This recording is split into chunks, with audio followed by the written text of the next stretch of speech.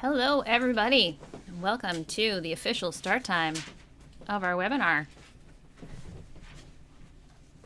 I am not Rich Brooks, in case you didn't notice. My name is Amanda O'Brien. We'll talk more about me in just a few minutes. So we're going to do one of our 30-minute webinars. We're going to focus on Facebook ads for small business. So we're going to talk about creating a strategic plan for your Facebook ads, how to make sure they're successful, creating a budget, which a lot of people get hung up on, tips for creating great audiences, knowing when this is working and when it's not, everyone's favorite topic, finding ROI, that we can show our bosses that this was a good choice, and we're going to talk about some ads that work along the way. And that's a lot to do in 30 minutes, so we're gonna fly here. I can get my slides to go. There we go. Okay, so my name is Amanda O'Brien. If we haven't met before, a couple things you're going to learn. I talk fast, so you should listen fast. And I'm really hung up on creating campaigns, and that I feel like the success of the campaigns really starts way back at the planning stage. So I kind of help people take a step back, think about what they're trying to do, and then how we're going to measure it along the way.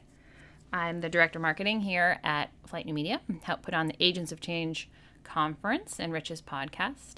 I also have a monthly event in Maine called Social Media Breakfast Maine, and then I started another company on the side making wine out of rhubarb called 1820, where I get to, and all these are great because I get to do what I love the most for lots of different little brands. So why I love Facebook ads for small business is along my career, my marketing career. I started actually in print, and then I went to go work in radio, where I started managing the email clubs and the websites for about 4 radio stations, and there was just an ability to track everything that happened, and you could show your client or your boss or your colleagues, I did this and this happened, which was a lot different than how things had been sold and talked about in the past. So I was really hooked on it. So, all marketing really is just being in front of the right people at the right time with the right message, and Facebook is absolutely perfect for that because everyone's on Facebook. Pretty much everyone's on Facebook. And since when we're on Facebook, we tell Facebook everything about us, from our relationship status to where we live, where we like to go, our job descriptions. They also know what types of articles we like to read, our online behavior, our likes and interests. And then behind the scenes, they're using that information to make predictions about our buying behavior, how our income, and maybe the probability that we're going to do one thing or another, which on one hand freaks you out and makes you want to wear a tinfoil hat. On the other hand, for businesses and marketers, this is really powerful information. I can be in front of a really specific person with a really specific message, which is going to increase the likelihood that that person's going to do what I want them to do. So in this webinar, we're not going to be talking about boosting posts, which is, I bet, where a lot of you have probably dabbled before. And I do think there's a place for boosting posts, so I don't want to ignore it. I still use boosted posts for literally just that, for a boost. So at some point along the way, people said, hey, I like this page, and I want to know when they have something to say. So when you have an event, something that happens, some PR, you get some media, I still think that's a great place for a boosted post, but we're not going to spend a lot of time talking about those today. But I did want to actually give a nod that I know this is how a lot of you got started, and you're seeing some results, but we're going to talk about specifically creating targeted ads that don't live on your page and delivering them to specific people. So there's all kinds of different types of Facebook ads. What I want you to do, though, is think about not about what you're going to post on Facebook, but let's start and think more about your sales funnel. Like, how do people find out about you, and then how do they get to know you, and then how do they get to that actual buying decisions? There's a lot of you on here, and I know you have lots of different businesses, so we're going to talk pretty general. But if you think about your own usage of Facebook, like how often are you on Facebook and thinking about making a buying decision? Not very often. We're usually on there to keep up with our family and friends, to be entertained, maybe check out an ex-boyfriend or two along the way, but we're not really there looking to get sold to, but it's going to happen along the way. That's how Facebook makes money. So, when was the last time you were sitting there and you're going through Facebook and you saw a direct sell for a pair of shoes or a chiropractor and then clicked and either made an appointment or bought them? Probably never, or very rarely. Or it was a brand you already knew and loved, and that was the right message for you. So a better approach is to offer something more on the informational side, something more on the top part of your sales funnel, something where people can get to know you better, maybe a promo or a deal, a unique experience, something that they can download, and make that barrier kind of to entry to know you pretty minimal on their part. And then once you kind of get them to know you, to your website, to your email, which we're going to talk a lot more about, don't worry, then it's kind of up to your email marketing or your staff or, your customer service to then get them from awareness to then buyers. And some types that we do lots of Facebook ads for lots of different companies. And there are just some ads that tend to work better than others. Facebook gives you lots of different options of kinds of ads, and I'll talk about those more as we go. But I think the best types of ads are the ones where you really sat back, thought about the process, thought about how to get people into your funnel, and then had a direct line of how you're going to move them through. So at the end of this webinar, I have a couple PDFs and things like tools that you can download. And this is being recorded, so we can send them to you as well. But one's a Facebook ad planner, so that you're not sitting there kind of reacting to each prompt when you're setting up your ads on Facebook, but you're thinking about them before you plug it in, and you're going to make much better decisions as you go. So what are some types of things that your business could do to either get people to your website or on your email list? One of our favorite tactics that we're using right now and is working really well. It actually was an idea that Amy Porterfield called the Golden Post probably a few years ago at this point, but it can be used in so many different industries. So the Golden Post idea for Facebook ads is you write this like epic blog post. This blog post that has lots of information, which is going to help you for lots of reasons, right? So it's going to be great for SEO. It's going to have those terms that people are looking for. It's going to be great content for your email newsletter. Also cool. But now what we're going to talk about is it's also going to be great for a Facebook ad campaign.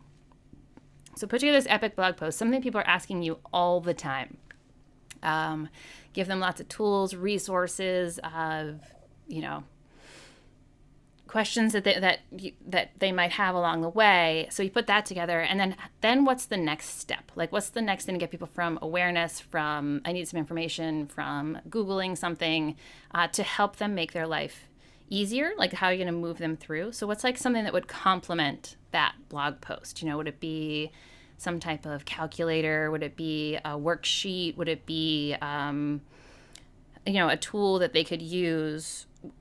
And you're going to have them, quote unquote, pay you for that with their email address. Okay. So we're going to get people to kind of the awareness phase, and they're going to come from Facebook to this great blog post. And then let's have the 1-2 punch is the second punch of what's the next step? Like, you're pretty engaged here. Let's get you a little bit further along, and something that they would want to give you their email address for.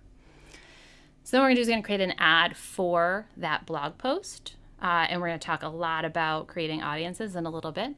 Make sure that ad for the blog post is going to the right people. And then two things. So now we're going to get people that go from the Facebook ad to the blog post who weren't aware of us. And we can then have them follow that call to action for that kind of complementing piece. Or using Facebook, we can then retarget them. So if they came to our website and then didn't download the PDF for the calculator, we can send them a second ad to push that offer again. So an example that I have seen, so you guys are going to see a lot of ads that I see because that's what happens on my Facebook page. One that I had recently was from Constant Contact. So there was a article about email planning, and then there's the call to action was for a free email marketing calendar, and it was to no surprise that later on when I was on Facebook, there was the call to action to download that email marketing calendar. So now this is a company that not only am I aware of, I actually read the post that I know that they're talking about, and they're going to go right to that ad.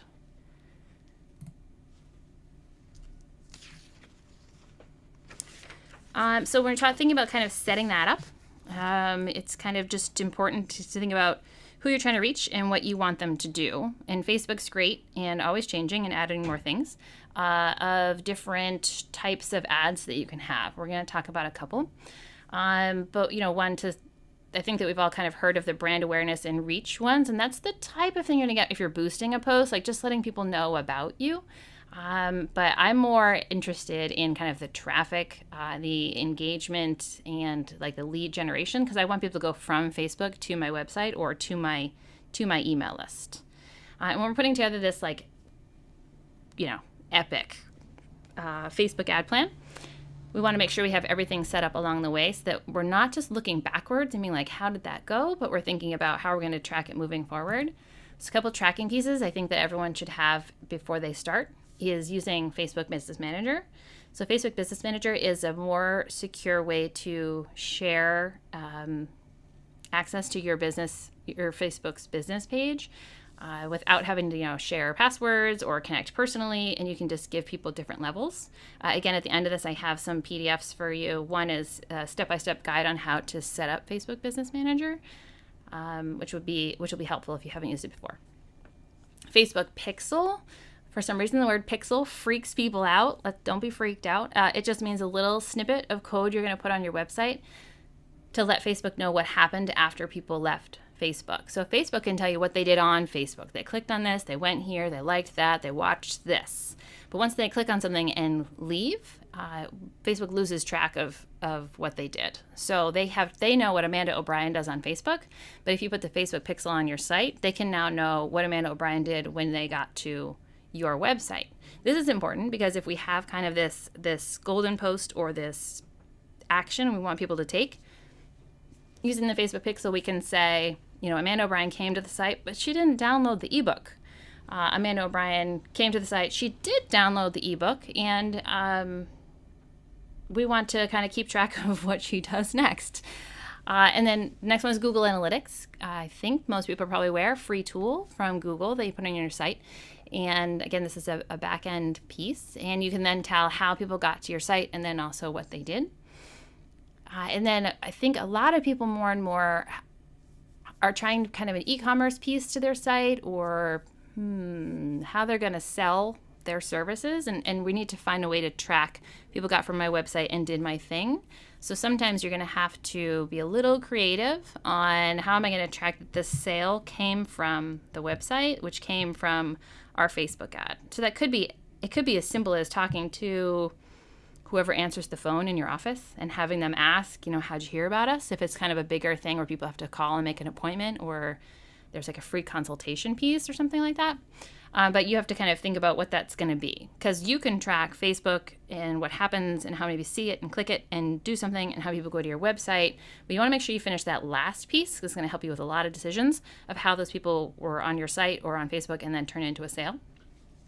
A great way to kind of really focus on what your ads did is to create like a specific landing page, like a page that people can't get to in your site navigation. They can only get to from your Facebook ad or from this campaign.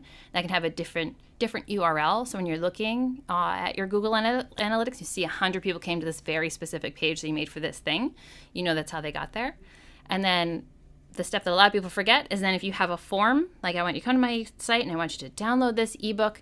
And once you download the ebook, you want to show them a different URL, like a thank you page, so like a /thank-you. And that's how you're going to tell Facebook someone came from my ad, they went to my ebook page, and they did or did not complete the action because they either saw the thank you page or they didn't. Does that make sense? I did forget to say, if anyone has questions, you can ask them along the way, and I'll get to them when we're done. And I can stay on for a little while after, and then if something's kind of more specific, we can also, good news, I love to talk about this stuff, so we can just you can shoot me an email and we can try and hack whatever it is that is bothering you. Okay.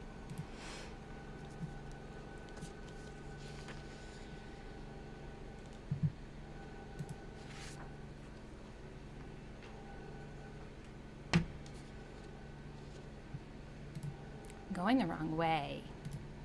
Silly Amanda. Rich is left-handed. I am not. I'm using his computer. That's the story behind that one. All right, so when you're putting your offer together, this is another place where I think people just willy-nilly it, and I really would appreciate if you took some time and thought about what you were trying to do. So this is an exercise we do when we take on a new client or do a new ad campaign, is we step away from the computer, we go back to good old-fashioned talking, and sometimes on pieces of paper, and we talk about the offer that we're trying to put together. And then who are we trying to get in front of? What is the core values to that person? Why they need our thing to make their lives better or help them reach their goals or make more money or whatever it might be. And then different types of messaging that may or may not resonate with those people. And for almost every ad set we do, we have a couple different audiences just to try different messaging and see who's going to do the action we want on Facebook. And it could be, super, super different. Something that I wanted to show you, if you haven't played with before, is, I can do this. Nope.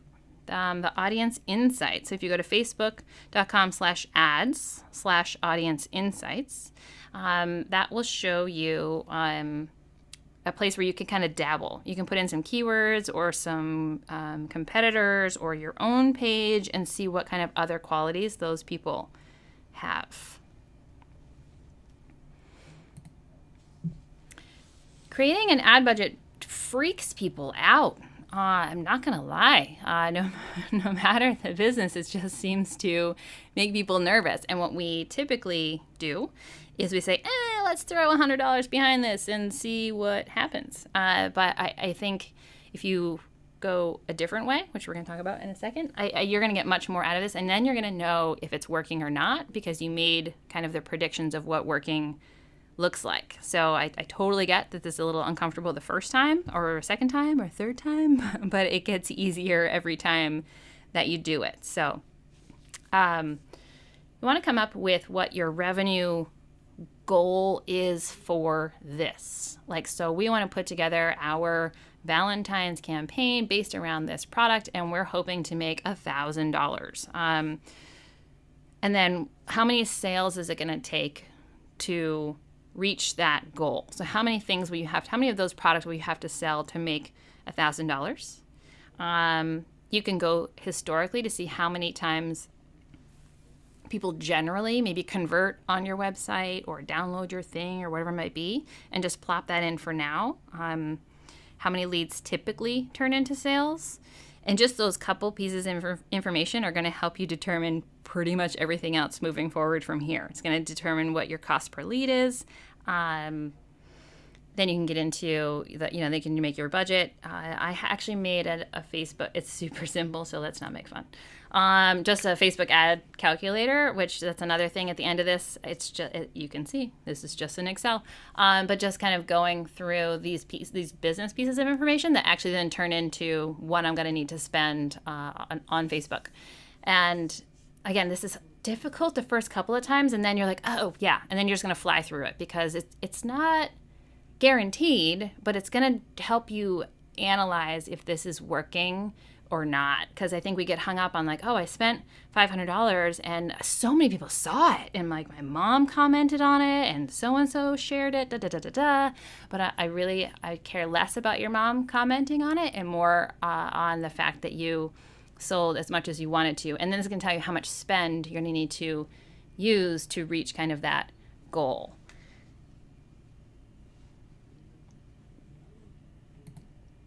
So back to our audiences and putting them together. So there's ways that you can go through kind of the general, here's the audience insight. So this is that audience insights that I told you about before. So it's ads/audience insights. And so over in, I put in Bed Bath & Beyond as an interest. So I was thinking if I'm a home kind of goods store, but maybe local, I could look at people who like Bed Bath & Beyond, but maybe who are in my area, and it's going to give me some other pages that they like, some where they're located, other activity. It's going to give me some kind of general information about maybe what their household income is, their ability to maybe make a large purchase in the next 6 months. Like, it's a great place to kind of just learn more about the people you're trying to reach and other things that they might be into. Because once you go in through choosing your audience on Facebook, you have lots of different choices besides demographic information or job titles. You also have, things that they're interested in or might buy a house in the next 6 months. So this is a good way to kind of build those personas, is a word people used a lot. Like, this is the type of person I want to reach, and I want them to have these boxes checked off. But my favorite way to create audiences on Facebook is to take information I already have and then find those people on Facebook. So if you have a CRM system, if you have an email list, you have any way that you've been collecting emails since the beginning of your business, you're totally going to want to listen up. We're going to talk about creating custom audiences and lookalike audiences has been a great way to target very specific people and lower our cost per click, because these are people who already fit the bill for what you're trying to do. So building your audience by their persona is one thing, finding the exact people is another. So if you have 500 names, so when you signed up for Facebook and when you log into Facebook, you use an email address. So by creating a custom audience, you can take your email list, you can take your list from your CRM, you can take people who haven't bought from you in the past 12 months, create a list, and you can upload it to Facebook. And that's going to create a custom audience as long as you have 500 people on the list. To some, that's a lot. To some, that's not. So if you have 500 people, you can create this custom audience. So Amanda O'Brien is on my email list. I can deliver an ad straight to Amanda O'Brien while she's on Facebook. And unlike email marketing and the Can Spam Act, you don't need Amanda O'Brien's permission to deliver an ad on Facebook. So if you have this person's email address, if they're in your CRM, that's a very, very warm lead, right? So that's someone who either bought from you, who said at some point that they're going to give you their information so that you can contact them. So we should use that for a list for sure. So someone who hasn't maybe been in for the past 12 months, let's send them a, hey, we miss you, or did you know we have these new things, or a coupon, or something. So that's one, custom audiences of people that you already have their contact information for. Then again, if you take this as one audience, they're fabulous, one of my favorites. One of my other favorites is then if you take that audience, you can create a lookalike audience. So if anyone hasn't played with that before, so I have this custom audience. It has, people like Amanda O'Brien on it. Lookalike audience is like, Facebook's like, oh, I can find other people who are just like Amanda O'Brien. They're in the same age group. They also have children. They like to do yoga. They just bought a house. Because Facebook knows, back to our tinfoil hats, everything about us. So we can take that lookalike audience and then maybe put it in around the radius of where we live if we have a local business, and deliver an ad to those people. Cool, right?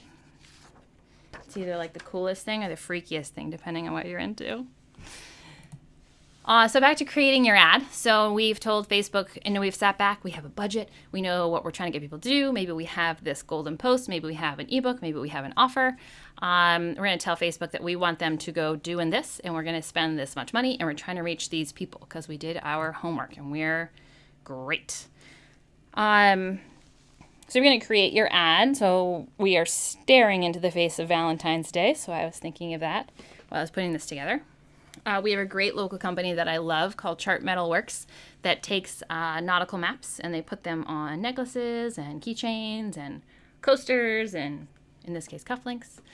So if I was Chart Metal Works, I can create different Valentine's Day ads. I can create an ad that goes just to men who are in a relationship, who live in Portland, and say, give your sweetie a necklace that has Portland, Maine on it.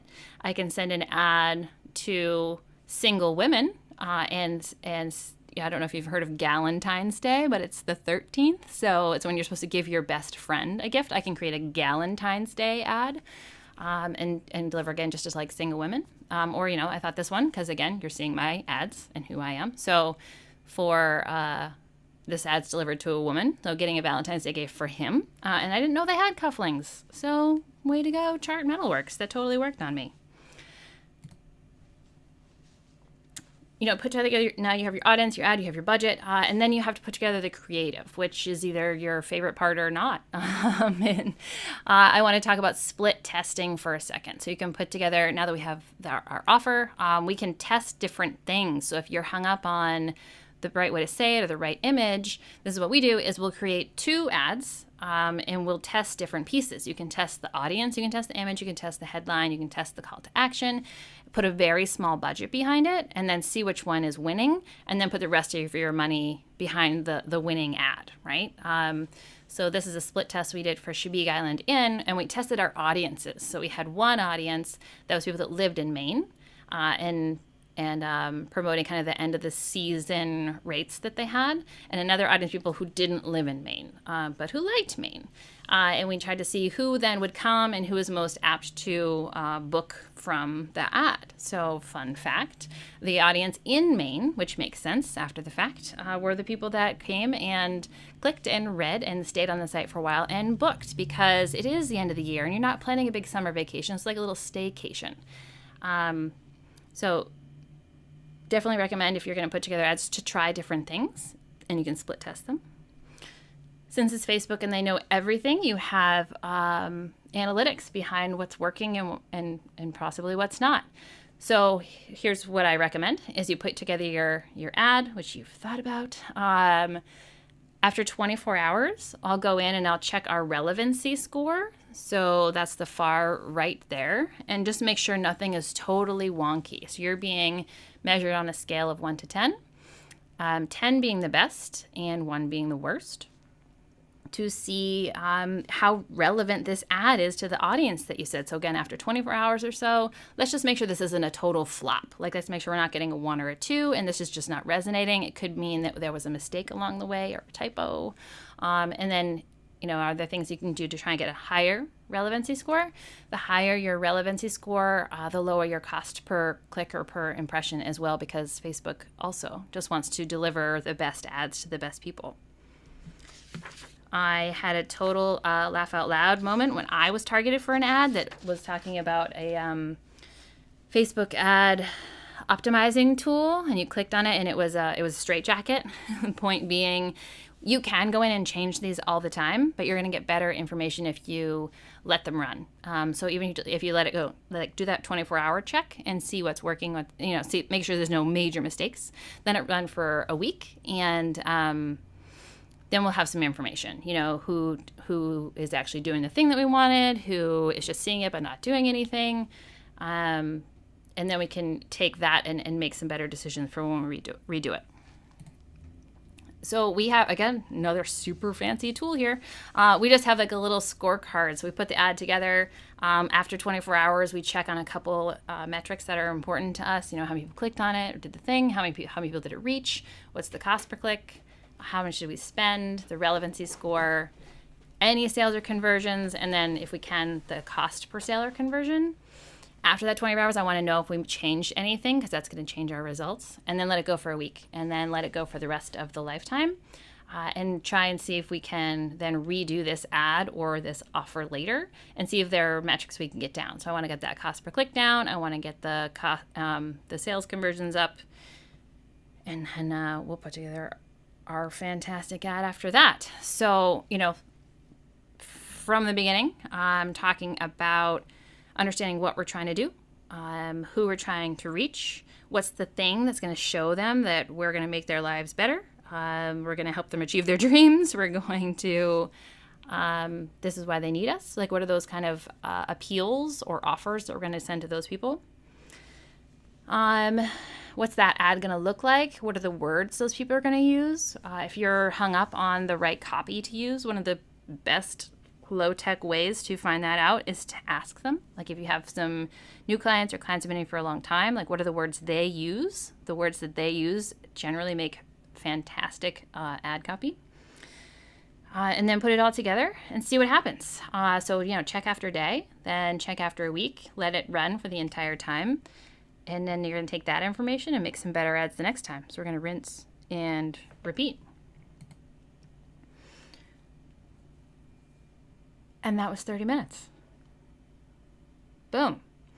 So if you have questions, questions, let me know. I'll stay for a little bit. I see a couple. If you want to email me, amanda@takeflyte.com, if you think you have something specific you want to talk about. And then, that link, which you can either copy or write down, or you can just email me and I will send it to you. So on that, you're going to have the Facebook ad calculator, which has the formulas, so it just kind of takes a step away from you. The Facebook ad planning sheet, and then how to set up Facebook's business manager. Yeah, I think that's it. And then Rich came back in the room. You're welcome, Maureen. Let's see what we got for some questions.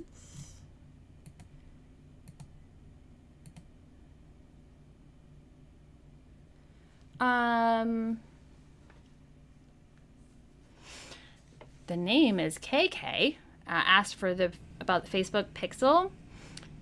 And honestly, we have a blog post, right? We have a blog post in progress. We have a blog post in progress. So, KK, if you want to email me, Amanda@takeflyte, I can either send it to you when it's done, or I can just send you directions. I know it seems intimidating. I think it's the word pixel. I think it freaks people out. But it's just a snippet of code you put on your site, and that's going to help you, track Amanda O'Brien when she leaves Facebook and goes to your website. Thanks, Elizabeth.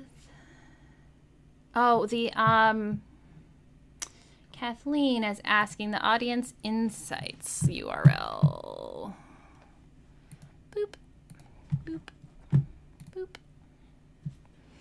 So facebook.com/ads/audience-insights. Super fun. You are not going to get every page in there, but you can get some bigger brands, or people have a lot of followers, or people have liked their page. You can put those in there.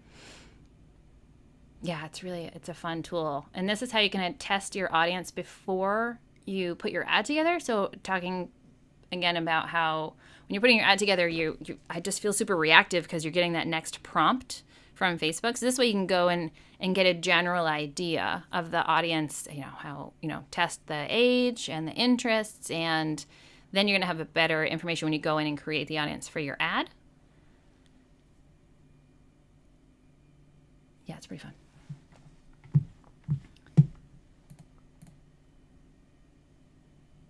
Oh, yeah, Susan. The trick, of course, is using an image that doesn't get rejected or have too much text. That is true. So Facebook doesn't want you having a lot of text in your ads. And some of the places we get stuck is if your logo and your logo has words in it, that counts. But Susan, we have used ads before, and we've gotten that alert saying we have too much. You'll get an alert saying there's too much text and your ad might not do as great as you want it to do. We've run them anyway, and they've been fine. They're just telling you it might not. But a user was going to realize, oh, that's just their logo. Whereas Facebook isn't actually a person. Like Mark Zuckerberg isn't actually looking at your ad and giving it a thumbs up or thumbs down. They're just kind of taking a guess if these are words or not. So you might want to try it with a small budget and see how they do before you fire it up. But yeah, that has happened for sure. Thanks, Steffa. I don't know where the bee thing came from. I was just putting this together, and all the Facebook screen caps in the blue were super boring. Yeah, so I was just got on this bee thing. I hope no one's terrified of bees. This was like a horrible presentation if you're terrified of bees.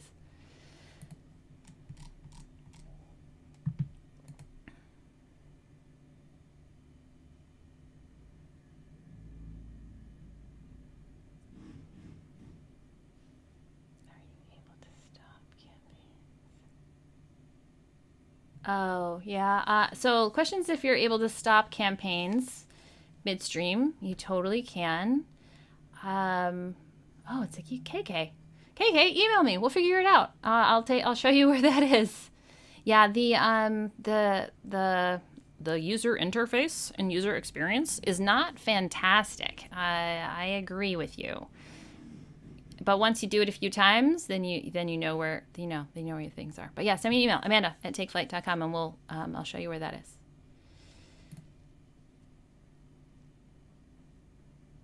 Frank is asking where we upload our mailing lists again. So if you go into Business Manager, so there's a place to create. So in the audience section, there's a place to create a custom audience, and you also can Google that. So creating that custom audience. So, but you need to take your email list, so if you have MailChimp or whatever you're using, and export that into Excel, and then we can put that into there and do the custom audience. Can you?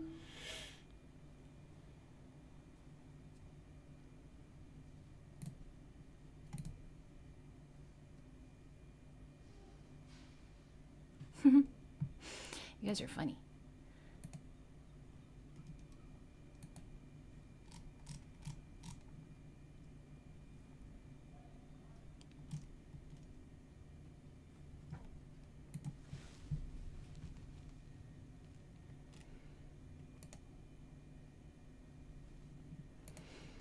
Yeah, I'll go back to, and people asking about slides and things, so you can just send, whoop, boop, this one. If you want to email me, I can send them to you if that's easier. Totally cool with that.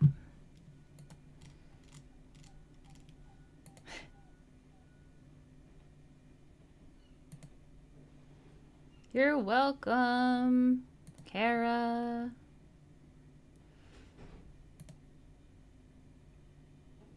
Oh, there you go. You catch more flies with honey than vinegar. Maybe that's why I was using all the bees. You're welcome, Elizabeth. Have a good day. I miss you. I hope I see you soon. I think that's it. Any more questions? You're welcome, Sarah. You're welcome, Heather. All right, if you have other questions, you can email me, Amanda@takeflyte.com. And hopefully we will catch you again soon on another webinar. Okay?